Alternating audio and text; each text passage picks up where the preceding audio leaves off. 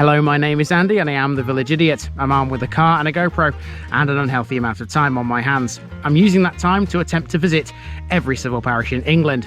You're watching the Rugby series, one of the northernmost parts of the county of Warwickshire, with 41 civil parishes within it. Here's one of them in more detail. Welcome back to Rugby for the last time on this trip, and this is the smallest one of the 4 villages we have covered on this trip. And it's a simple one, this one. It's just a straight linear village from east to west. I think I'm actually walking from east to west, actually, yeah, as if I remember the layout of the place.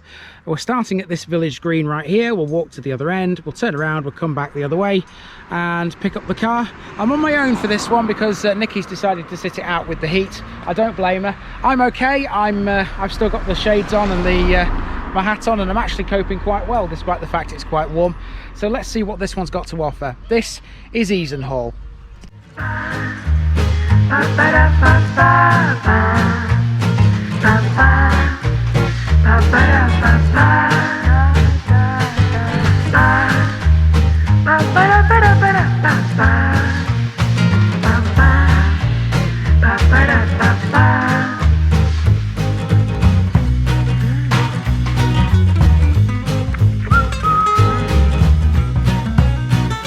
Here's my disclaimer for people who may be watching me for the first time. I say things as I would in my native accent and dialect. As a result, I may not pronounce things in the same way as the locals do. Remember, I'm a visitor. It's impossible to know everything.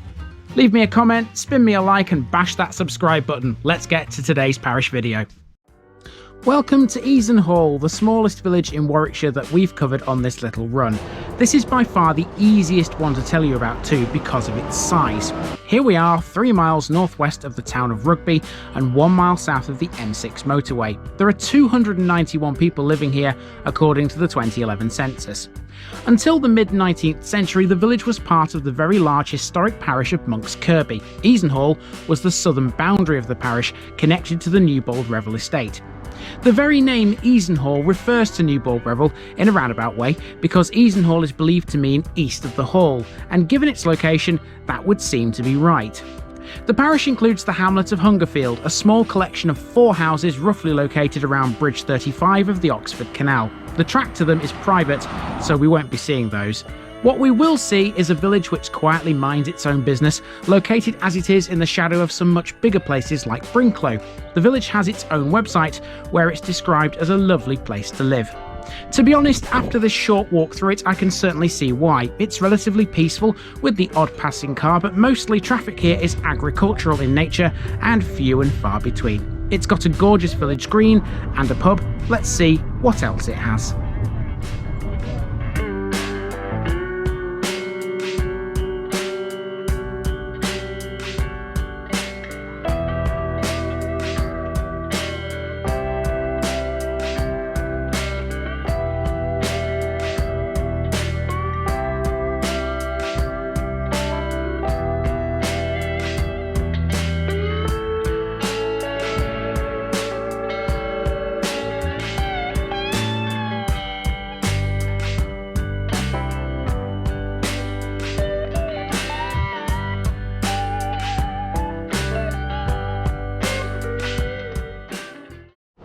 We begin our walk through Easenhall at the eastern end at a village green. Technically, there are 2 because there's a road running right through the middle of them. Our task here is quite simple: to walk less than a mile to a similar green at the western end. Here's a potted history of Easenhall while we walk. It used to be part of the Newbold Revel estate. Effectively, this is where all the estate's workers lived. 8 semi-detached cottages were built in Main Street to house estate workers. These days, things are a little different.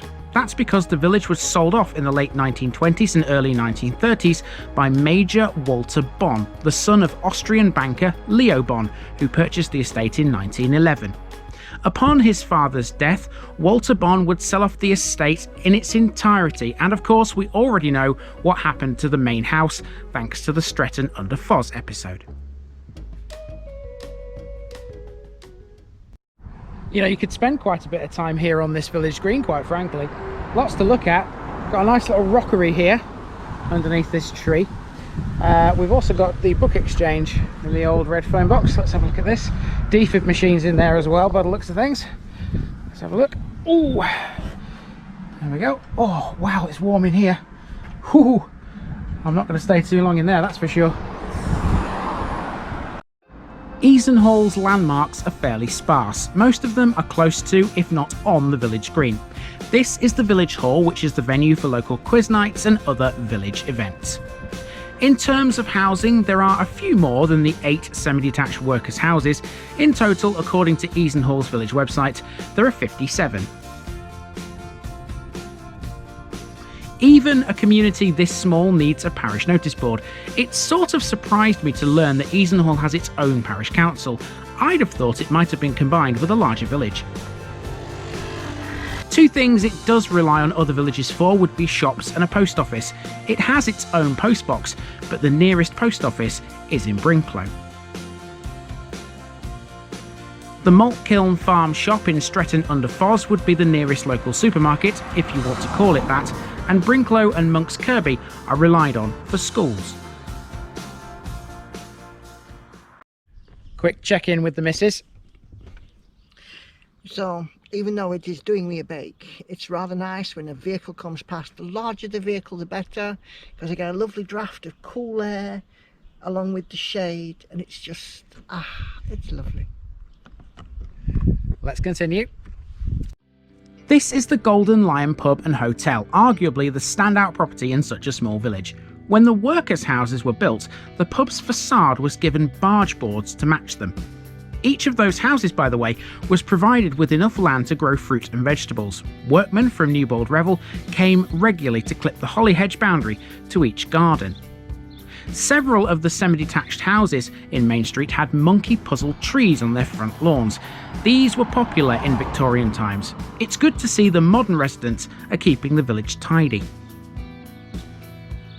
One of the more interesting properties in the village would be Easenhall Lodge, which has a round tower which was used as a lookout for carriages coming from Newbold Revel. This was so the gates could be opened without delay. At this sign we've reached the other green, which isn't really a green, it's more of a grassed area with a tree on it, in effect. Okay, so here we are at the other end of the village then, on the other village green. So here we've got a bridleway which runs to Stretton-under-Foz, which is this way. Not walking that, not in this heat. There are some interesting properties down here, like for example that one there, that's Easenhall Lodge. And yeah, it's just a beautiful little place, this really is. I'm impressed with it. Some plenty of chocolate box houses, as Nikki calls them, thatched cottages generally speaking, and lots of trees here as well. We haven't seen that very much in this part of Warwickshire. It's good to see, bit of tree cover, bit of shade. That's really it, to be honest. There's not much to Easenhall really. This is a place which will likely get a mention again though in a future episode, because they're linked, and that would be Monks Kirby. Okay, so there isn't much more to this one. It's really very small, quite a compact village as well. So there isn't really much in the parish other than the main village itself really, and that means that there isn't really much to show you picture bit wise, so this one's not going to get one.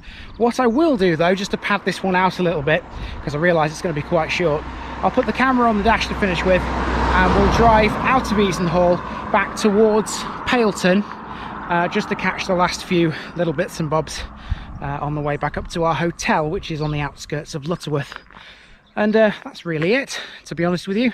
So we'll go check in with the missus, put the camera on the dash, and we'll do that right now. To finish off this episode, we're taking a drive back into Pailton, where this little run of 4 in Rugby began. Effectively, this makes a complete round trip from there, through Stretton and Brinklow to here.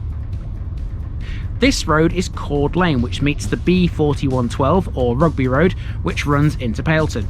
Cord Lane crosses the M6 on the way, the stretch between junctions 1 and 2.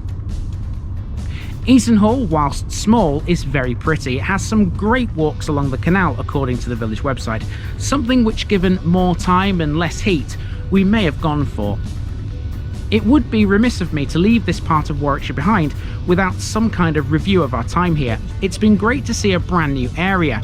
Warwickshire is a big old county, one loaded with history and a bunch of friendly people, if these episodes are anything to go by. For now though, enjoy this drive back into Paleton. I've been Andy, also known as the Village Idiot. This has been the Parish of Easenhall, and I'm out.